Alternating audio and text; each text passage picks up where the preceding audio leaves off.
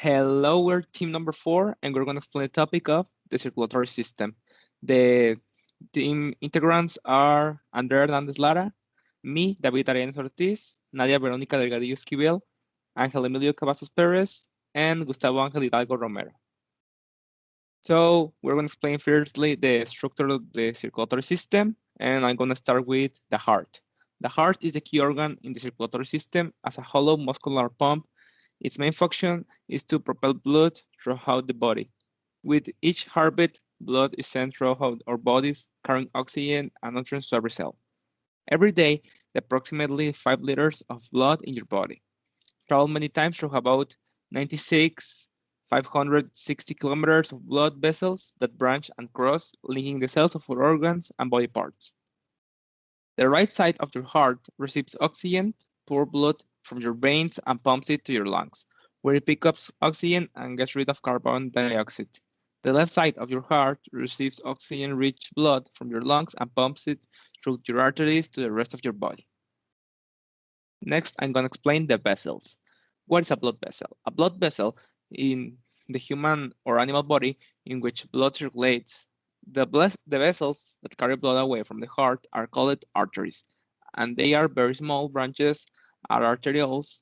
Very small branches that collect the blood from the various organs and parts are called venules, and they unite to form veins, which return the blood to the heart. Capillaries are minute thin-walled vessels that connect to the arterioles and venules. It is through the capillaries that nutrients and waste are exchanged between the blood and body tissues. Blood. The blood is connective tissue specialized, has a liquid consistency, and since antiquity has been considered one of the essential elements for life. It is composed of a liquid part called plasma, which constitutes 55% of the total, and the rest is divided into cellular components and leukocyte layer, which is of the 1%, and the resting 45% is of red blood cells. Throughout life, blood cells are produced in the bone marrow. There are several blood groups, but the most important is the AVO system and the RH system. The AVO system in the AVO system there are carbohydrates associated with proteins and lipids.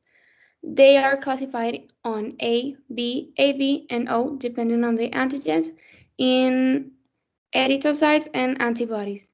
The classification of the blood may be useful at the donation so it can be identified if the blood is compatible. And the RH system is simpler since it is determined by a membrane protein.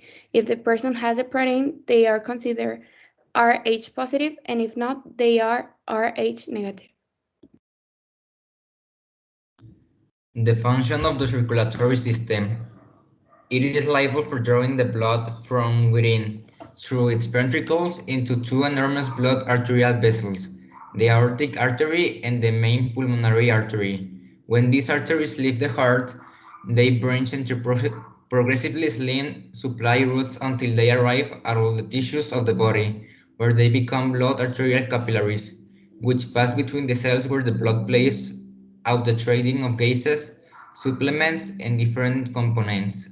At that point, they become venous capillaries, which leave the tissues to meet in bigger and bigger veins that stream the atria of the heart. The arteries and veins are shaped by three layers: the closed, the center, and the adventitia. These arteries vary from the veins since they have thicker dividers. Since the pressing factor of the blood inside is more noteworthy than in the veins. At the point when the arteries contract, the smooth muscle directs the pulse and the measure of the blood that arrives the vessels. These are more modest vessels that receive the blood from the arterioles, which control the measure of the blood that contacts them. Illness and sickness. The circulatory system involves your heart and blood vessels. Because of that, it is essential to keep your body functioning. Complications can arise because of interruption, blockage, or diseases that affect the circulatory system.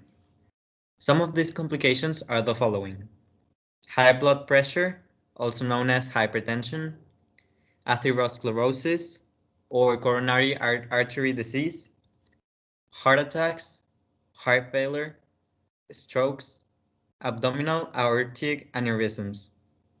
These complications come from a variety of factors such as genetics or lifestyle.